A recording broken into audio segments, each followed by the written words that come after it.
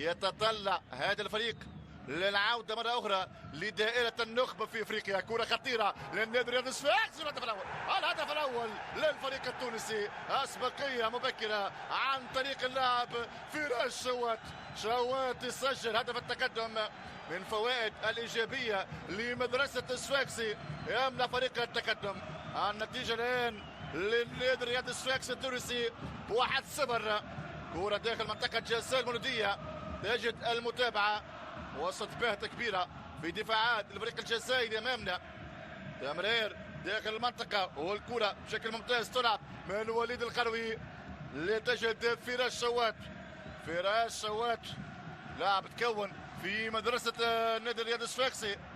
يقطع كرة في مرمى الشوشي ليمنح النادي الرياضي الصفاقسي أسبقية اللي صوبها اللاعب وليد دراجة كان لاعب سابق لحسين داي لعب ايضا مع مولودية العالم. الثاني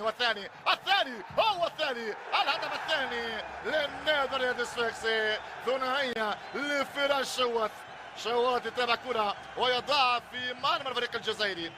الهدف الثاني للفريق التونسي. خلاص انتهت الامور، حسمت بثنائية شوات بحث عن كلمة السر ليجدها في آخر لحظات هذا اللقاء كما وجدها في بداية هذا الموعد. شوات كان على موعد في بداية هذا الموعد وفي نهايته يسجل هدفين في مرمى المولودية. هذه المرة الباس كامل القروي، انطلاق مرزوقي قدم هدية للشوات والشوات يقبلها ويسجل ثاني أهداف النادي الرياضي الصفاقسي.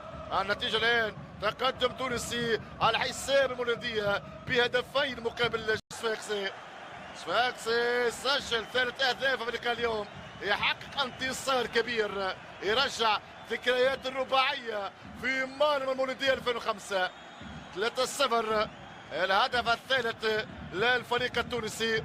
انهار المولودية، تمويه ممتاز من عمدوني خالد الشوشي، وكرة العمدوني تعلن عن ثلاثية رائعة للفريق التونسي. امامنا الإعادة مرة أخرى، الإعادة والتصويب والكرة في الشبكة تتكلم عن مع فريق تونسي. فرصة الرابع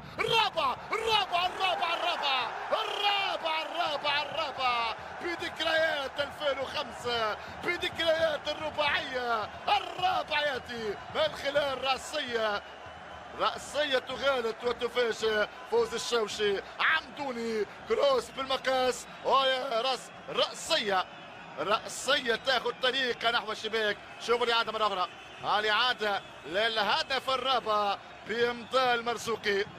يعني الأسماء البديلة صنعت الفارق، الأسماء البديلة كانت وراء تدعيم المرزوقي والعمدوني. سجل ثالث والمرزوقي